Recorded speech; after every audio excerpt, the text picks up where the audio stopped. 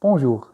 Aujourd'hui, je vais représenter un sujet euh, un peu différent, un sujet lequel, pourquoi le football est devenu le roi du sport. Ok. J'espère que ce sujet soit assez important et un peu ennuyeux. Alors, je vais vous laisser avec la vidéo.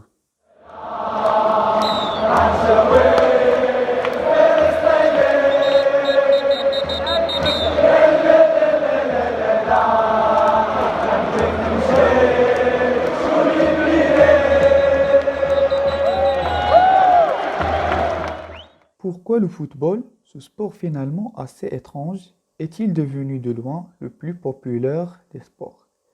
Quand l'on réfléchit un instant, c'est en réalité assez incongru d'utiliser ses pieds pour taper dans une balle. De tout temps, l'homme a principalement utilisé ses mains pour chasser, se battre, cultiver, façonner, caresser, jouer, et l'on en passe. Les pieds ne servent généralement qu'à marcher ou parfois à courir. En soi, qu'un sport ait été inventé pour jouer au ballon avec ses pieds parmi la multitude de disciplines sorties de l'imagination de l'homme tout au long des siècles et plus encore lors des 150 dernières années.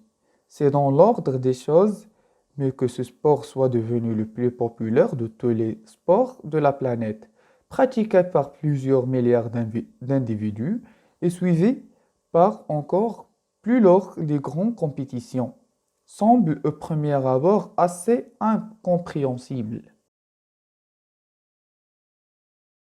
De tout temps, les hommes ont joué avec des balles, parfois avec les pieds.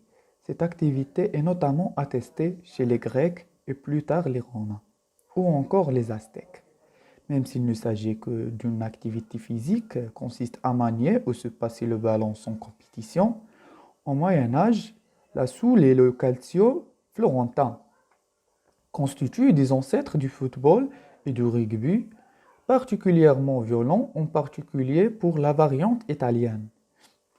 C'est en Angleterre que le football va naître et se développer, tout comme le rugby. Les deux sports découlent à peu de choses près de même base, avant que des règles ne soient progressivement instaurées, amenant la création de deux sports distincts en 1848 et en 1863.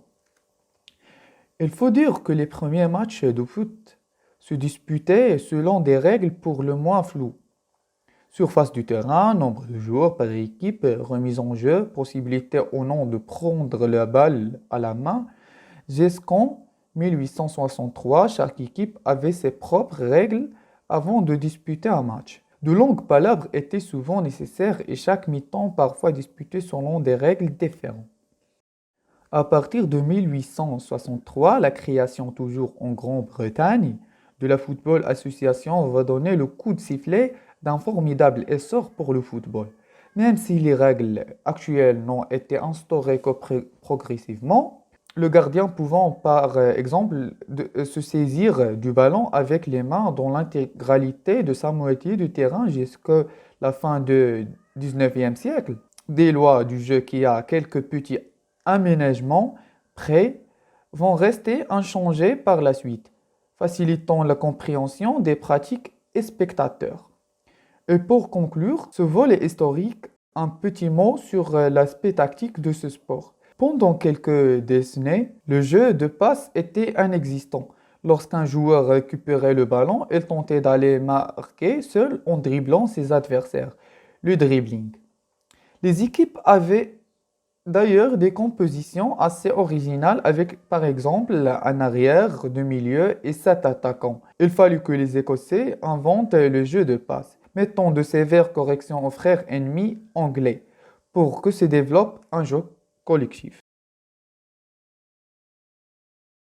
Diverses explications ont été avancées par des historiens ou des passionnés, fins connaisseurs du ballon rond, globalement juste. Les raisons de son explosion à l'aube du XXe siècle tiennent à plusieurs facteurs.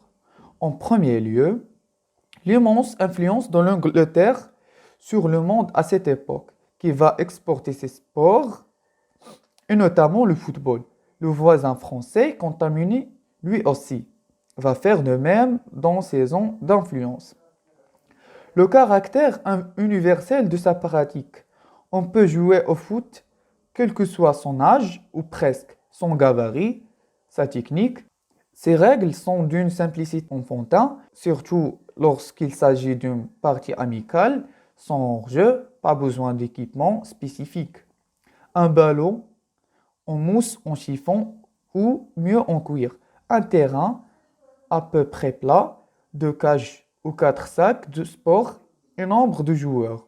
Indéterminé, suffisant amplement. Peu de sports peuvent être pratiqués sans équipements spéciaux. Filets, raquettes, paniers, battes, piscine, etc. Une facilité de la pratique qui fait que presque tout le monde peut jouer au foot, d'autant plus que la violence est théoriquement absente de celui-ci, contrairement au rugby, le cousin. Les risques de blessures sont minimes. Surtout que ce sport ne coûte rien, une paire de chaussures, un ballon pour 22 acteurs, un champ ou une plage et c'est parti. L'aspect gabarit est certainement une raison essentielle à la capacité des footballs à attirer autant de participants. C'est un sport dans lequel on peut briller en étant petit, maigre, lent, bref, sans prédisposition physique. Impossible au basket, au rugby, au volley, au hand, difficile au tennis, en natation ou en athlétisme. Bien sûr, dans chacune de ces sports, on trouve des champions en mensuration moyenne, mais ces peu ont généralement doté d'une technique exceptionnelle. Il y a seulement quelques dizaines de demi de mêlée de moins 1,85 m au rugby, idem au basket, tous sont des surdoués ayant compensé une taille moyenne par des attitudes exceptionnelles. Les footballeurs professionnels de moins d'un 1,80 m sont des milliers. Il n'est donc pas surprenant qu'un sport aussi facile à pratiquer, aussi peu coûteux, soit au fut joué par des centaines de millions d'individus, même de manière très occasionnelle. Et lorsqu'on l'on pratique un sport, on s'est intéressé. Le handball compte autant de licenciés que le foot, mais une passion que peu le grand public. Alors que ce bon vieux football rend hystérique des peuples entiers, pas toujours positivement d'ailleurs. Le fait que chaque supporter puisse s'identifier est primordial. Chaque village, chaque vie, chaque pays, chaque catégorie sociale, avec ici le club des ouvriers. Là, celui des employés de l'Arsenal a son équipe et même ses équipes par catégorie d'âge. Des équipes dans lesquelles on a bien souvent joué, ou tout au moins son cousin ou son voisin. La dimension physique joue là aussi un rôle. On peut admirer Michael Jordan ou Sébastien Chaval, mais il sera difficile, à moins de mesurer 2 mètres ou éventuellement d'être barbu, de réellement s'identifier à eux, contrairement à un Xavier ou un Messi.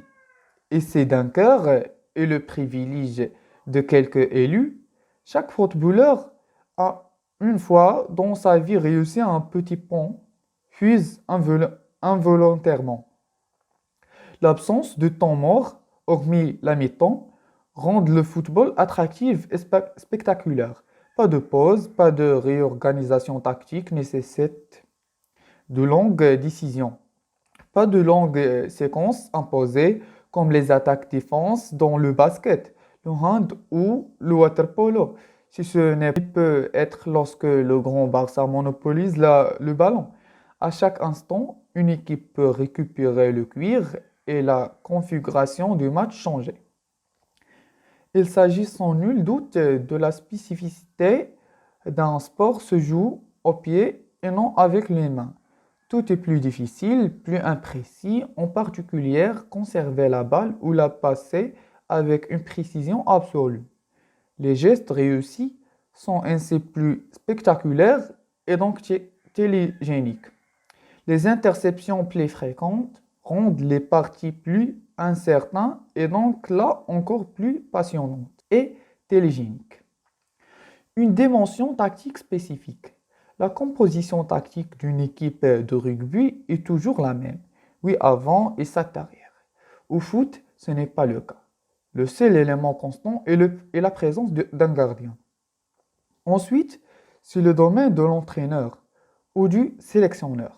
4-5-1, 4-3-3, 3-5-2, 4-4-2, 5-3-2, 4-4-2, en losange, etc. Tout comme la décision de faire jouer Nuno arrière gauche ou laisser Durin sur le banc pour l'utiliser comme impact player à 20 minutes de la fin. Et lorsque l'on sait que la France compte 60 millions de sélectionneurs, on imagine les décisions au café du commerce sur la nécessité d'une défense en zone ou d'un marquage individuel et accessoirement le tirage du quotidien à l'équipe. Identification encore et toujours. Tous ces éléments sont connus mais ne pourraient à eux seuls expliquer l'exceptionnel engouement pour ce sport s'il n'existait de caractéristiques particulières propres au football, l'incertitude du résultat et la rareté du but.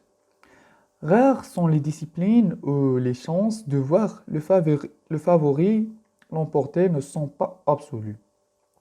Michel Phillips ou Roger Federer ne seront quasiment jamais battus par un type évoluant à la 100e place mondiale. L'Italie, pourtant 10e nationale mondiale, n'a quasiment aucune chance de dominer les Blacks et les États-Unis sont imbattables au basket. Aussi fort soit le Brésil, il n'aura jamais match gagné contre la Hongrie ou le Sénégal. Et les victoires de clubs évoluent dans une division inférieure sont fréquentes dans les coupes nationales. Au foot, une équipe inférieure peut être dominée, surclassée, acculer un match durant devant ses buts et finalement l'emporter par la grâce d'un contre miraculeux ou d'une vilaine frappe détournée. Quant à la rareté du but, sa soudaineté et son caractère imprévisible, ce sont des caractéristiques uniques au football. Un match est verrouillé 90 minutes durant, une équipe mène 1-0 et gère son avantage. Des millions de supporters ont l'œil rivé sur le chronomètre. Les uns trouvent les granges des seconds interminables, les autres voyant chaque minute s'écoule trop vite. Quand soudain une frappe transperce les filets, déclenchant de violents simultanés décharges d'adrénaline dans l'épine dorsale de la moitié de la planète et un désespoir absolu chez l'autre moitié. Ici, à l'image de l'incroyable finale entre Manchester United et le Bayern Munich en 1999. Un second but est inscrit la minute suivante. Les émotions ressenties par les fans du club anglais seront d'une intensité absolue. Un match de rugby ou de basket sera souvent spectaculaire, mais avec des scores élevés et un important nombre de paniers, d'essais et de pénalités, qui ôteront partiellement le caractère dramatique propre à une rencontre de football.